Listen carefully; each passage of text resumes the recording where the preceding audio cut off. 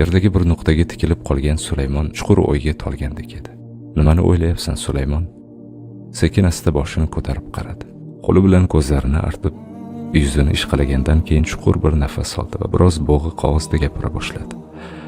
Akif xo'ja, so'nggi bir oyda Allohga telbalarcha duo qilyapman. Bilamanki u har narsaga qodir.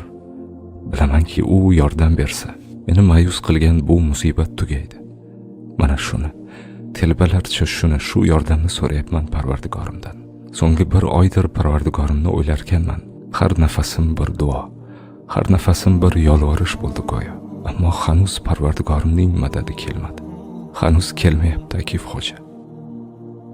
Qara, senga bir misol, Allohning yordami borasida bir misol keltiraman senga, Sulaymon. Bellarga rezina arqon boylab baland joylardan sakraydiganlar bor-ku. Bu sport turi jogging deb atalarmidi? U bulardan menga nima foyda, qayerdan bilay degandek yelka uchirdi.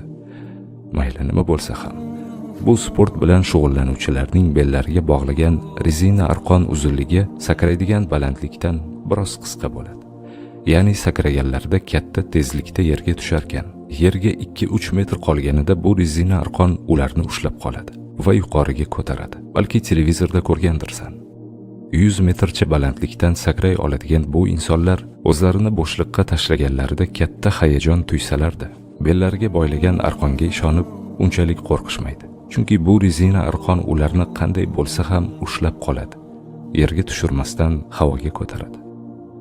Sulaymon o'ychan ko'rinsa-da, churq etmasdan meni tinglardi. Balki bularni nega tushuntirayotganimni o'ylayotgandi. Musulmonlarning esa bellariga bog'langan emas, qo'llari va qalblari bilan tutgan bir arqon, Allohning arqoni bor. Sulaymon, ba'zi musibatlarga duch kelib katta tezlikda chorasizlik bo'shlig'iga tusharkan, bu arqonni va arqonning sohibini o'ylaydilar. Ko'zlari bilan ko'rmasalar ham, qalblari bilan ishongan bu arqonga va bu arqonning sohibiga ishonadilar. Katta tezlikda chorasizlik bo'shlig'iga tushar ekanlar va shaytonning vasvasalariga ochiq bo'lgan nafslarida yerga urilish qo'rquvlari to'lqinlanarkan, ular yerga urilishdan oldin Allohning yordami kelishini umid qilib tavakkullarini buzmaydilar. Chunki Allohning arqonini mahkam tutishning sharti bu umidni yo'qotmaslik, bu tavakkulni buzmaslikdir. Sulaymon, hech shubhang bo'lmasinki, Allohning arqonini qo'yib yubormagan, umid va tavakkulni yo'qotmagan mu'minlarga bu ilohiy yordam albatta keladi.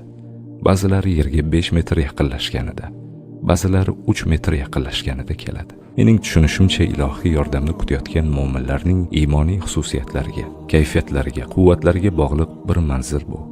Yanada ochiqroq aytadigan bo'lsak, tog'iga qarab qor beradi Parvardigorimiz. Ba'zilarga yerga 20 metr yaqinlashganida bu yordam kelarkan, ba'zilarga 20 santimetr yaqinlashganida keladi. Insoniyat tarixining faxr timsollari bo'lgan payg'ambarlarga esa bu masofaning 0 ga tushganini ko'ramiz. Buyuk imtihonlarga uchragan bu buyuk insonlarga ilohiy yordam odam 0 nuqtada ekanida keladi. Masalan, Hazrati Ibrohim alayhissalom misolini e'tiborga olganimizda, bu ulug' payg'ambarga ilohiy yordam olov badanga, pichoq tanaga tekkanida kelganini ko'ramiz. Ammo Ibrohim katta tezlikda 0 nuqtaga kelsa-da, umid va tavakkulni yo'qotmaydi. Tutgan arqonini aslo qo'yib yubormaydi. Albatta bizlar toqat qila oladigan bir imtihon, bizlar chiday oladigan bir masofa emasdir bu. Zotan shuning uchun bizlar kabi zaif mu'minlarni Parvardigorimiz yerga ko'p ham yaqinlashtirmaydi. Yerga ko'proq, biroz ko'proq yaqinlashsak, yerga urilish qo'rquvi bilan umid va tavakkulimizni yo'qotishimizni, arqonni tutgan qo'limiz bo'shashishini biladi.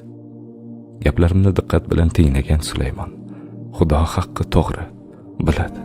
Akif xo'jam, sizdan Alloh rozi bo'lsin. Bu gaplaringizni men hech qachon unutmayman, dedi.